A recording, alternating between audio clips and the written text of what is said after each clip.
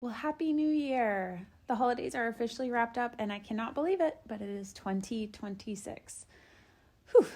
I don't know about you, but as soon as all the hustle and bustle dies down, my house just feels kind of bulging, you know? Like everything's a little out of sorts, and it's holding its breath, waiting for me to give it some attention. So today, I thought it'd be fun if you just popped in your earbuds and we worked on this together. You can reset your space while I reset mine. Sound good? You know, the holidays are always so beautiful, the traditions, the memories we make. But when it's over, there can sometimes be this quiet little letdown feeling that creeps in for a lot of us. And it's not surprising when you think about it. Whether we're traveling or hosting, our normal day-to-day rhythms usually get totally flipped. We bring in extra food, decor, gifts, and suddenly the house feels stuffed at the seams. If you traveled and you just got home, you're probably looking at bags still piled by the door.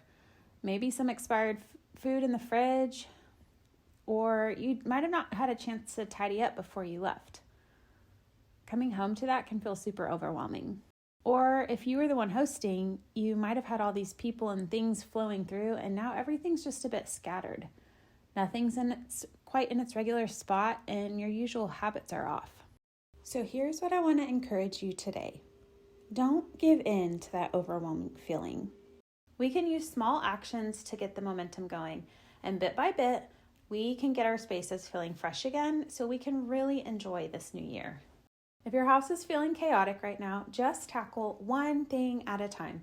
And with each little thing you do, remember, give yourself a mental high five. You've intentionally made your space better. That acknowledgement, whether out loud or just in your head, really can help you stay motivated for the next spot. If you're feeling totally stuck and you don't know where to start, that's okay. We're all made so uniquely, so there's no one right way to go about it. But if there's a space that's bothering you the most, the one that's making you feel extra anxious, go ahead and start there. That often gives the biggest relief. But if you want some ideas to follow along with me, here's a few. If you've just gotten home from traveling, let's make sure those bags are unpacked. I know they're probably tossed somewhere. They might still be on the floor by the door. Let's get them off the floor, unpack everything, get a load of laundry started, put those toiletries back where they go. It will feel so good to clear that visual clutter right away. If you didn't travel and instead you hosted, let's walk through the house and start clearing the floors. With extra people around, even if it's just your family, stuff ends up down there that doesn't belong. Random wrapping paper, toys, shoes, bags, just pick it all up and get the floors totally clear. It instantly makes everything feel more open and manageable. Now that the floors are done, we're moving up to flat surfaces. Think counters, tables, desks, all of it. I'm starting in my kitchen right now because we did a little traveling and there were some dishes that we didn't quite get put away before we left. So I'm getting the sink cleared and the counters wiped down. It's feeling so much better already. As you're working through floors and then surfaces, I like to use my trim decluttering method. It keeps things moving without getting too decision heavy. First step, T, is toss the trash or anything ready for recycling in this stage.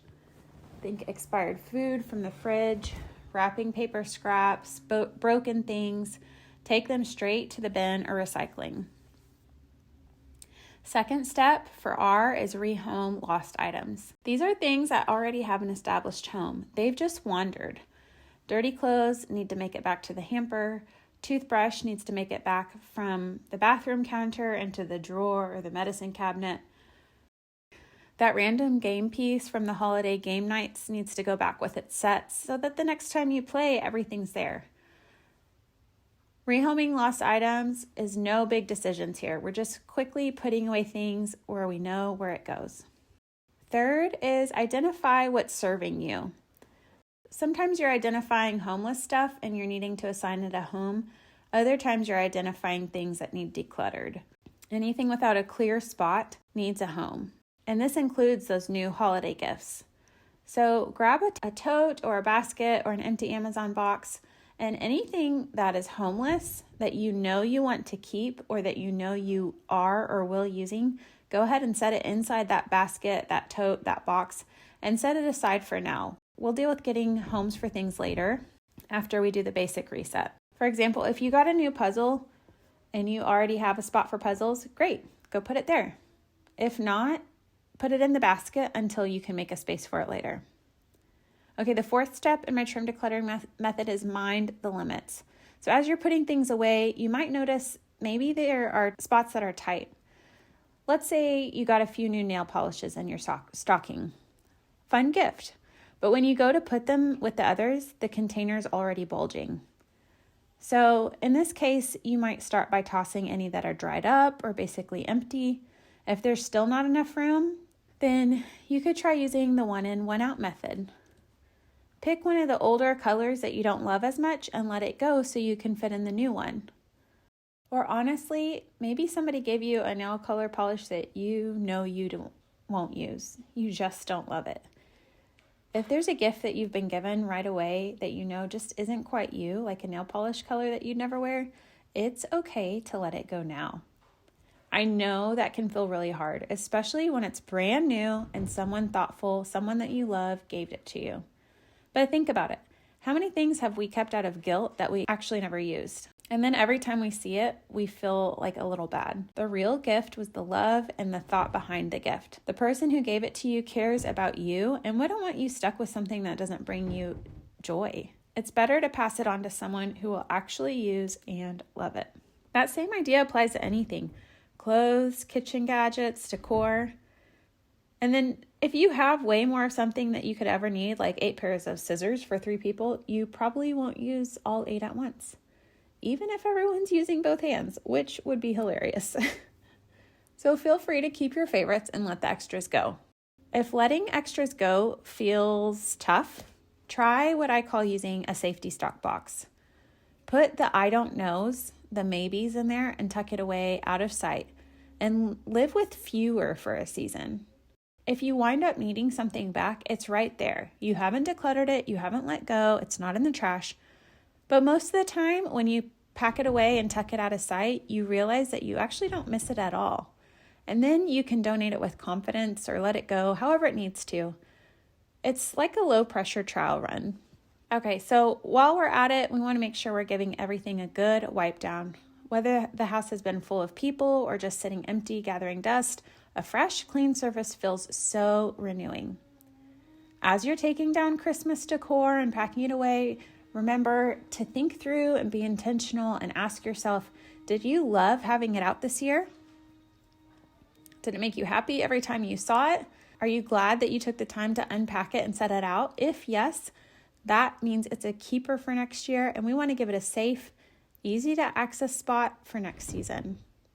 But if you kind of felt blah about it, consider letting it go now. This is the perfect time for donation stores to take Christmas decor.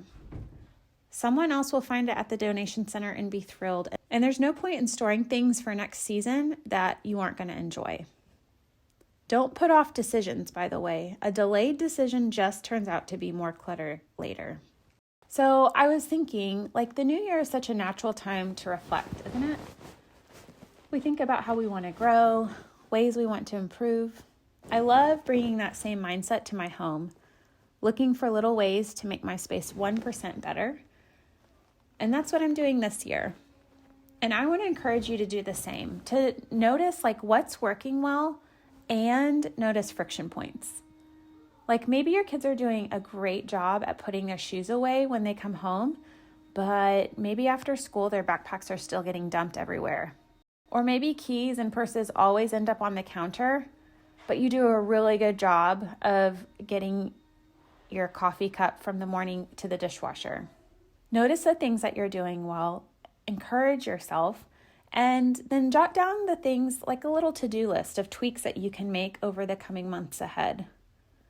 Maybe you add a hook in the entryway for your kids' backpacks or a basket for your keys. Pay attention to what keeps getting left out and ask, does this need a home or does it have one and we just need better habits? You see, I've noticed over the years in both my own home and in helping clients that clutter usually comes from one or more of three things being off. Either your inventory, your systems, or your habits need tweaked. I call these your 3 clutter dials. Your inventory is just that. It's just how much stuff that you have. And every item in your home is a piece of inventory, down to the smallest paper clip and push pin, all the way up to your lawnmower and your refrigerator. The thing is, we tend to bring in new things, like with holidays, gifts, or we purchase things on sales or whatever, but we don't let things go, so we don't get the old out. And over time, that leads to us accumulating more and more and more in our home. But the reality is our home size doesn't change. So if your home feels bulging or like there's too much to manage, or too much to clean, or too much to pick up, this is a signal you might need to lower the inventory level a bit by decluttering. And it doesn't have to be forever. Maybe just for this season of life. If you've got young kids, or if you've started a new job, maybe you just need a little less for right now.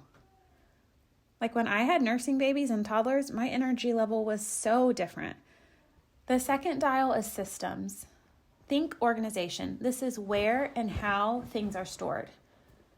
Every item in your home needs an assigned home. If stuff doesn't have an assigned home, it'll float around and create visual clutter. And if the home for that item is hard to access, like boxes with lids stacked 7 high, you're never going to put things away consistently. Like if I have to move 7 boxes just to get to the one on the bottom and then remove a lid to put an item away and then put the lid back on and then stack 7 boxes back up, I'm never going to do that. Way too much friction. You've got to keep your systems super simple, low friction, max 1 or 2 steps. So as you're going through your space and resetting things, pay attention to your systems and how things are homed and where they're homed. And consider, do you need to create lower friction systems? Okay, the third clutter dial is your habits. I always say you can have the perfect amount of stuff and you can have the best systems in the world, but if you don't have the daily habits to put the things back, clutter will creep right back.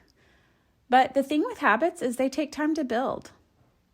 Studies have shown it takes anywhere from 60 days on average to, for some people, it took more than 200 days in one particular study to build a habit. So you've got to be patient with yourself and you've got to keep trying. Don't give up the first time you fail with a habit. Try again. And as James Clear from Atomic Habits says, try to never fail twice. But if you've tried it and it's still not sticking, check the system first. Maybe there's hidden friction that is making it harder than it needs to be.